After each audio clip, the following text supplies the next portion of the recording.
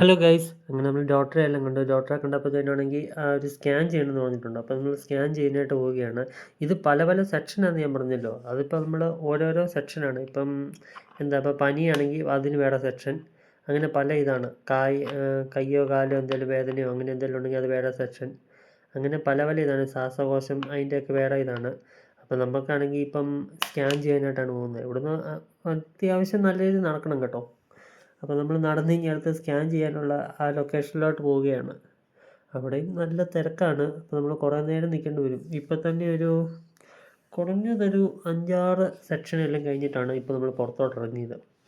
അപ്പോൾ നമ്മളിങ്ങനെ പുറത്തോട്ട് ഇറങ്ങുമ്പം അവിടെ കാണുന്ന വ്യൂവും കാര്യങ്ങളാണ് കേട്ടോ ഈ കാണുന്നത്. ഇപ്പം ഇവിടെയും നല്ല ആളുണ്ട്.